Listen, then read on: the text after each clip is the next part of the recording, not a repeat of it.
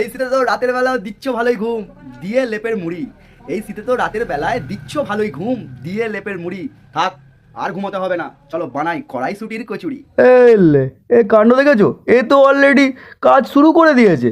এ তো দেখছি রীতিমতো আটা বেলে লেচি কেটে তার মধ্যে পুর দিয়ে, ও হো হো হো হো, এ তো মোমোর মতো মুড়ে ডিজাইন করে মুড়ে কি সুন্দর পক্ত হাতে জিনিসটাকে করে ফেললো। বাহ, কচুরিগুলো একের পর এক এরকমভাবে বেলা হয়ে গেল। বেলা হয়ে যাওয়ার পর গরম তেলে কচুরিগুলোকে সুন্দর করে ভেজে নেওয়া হচ্ছে।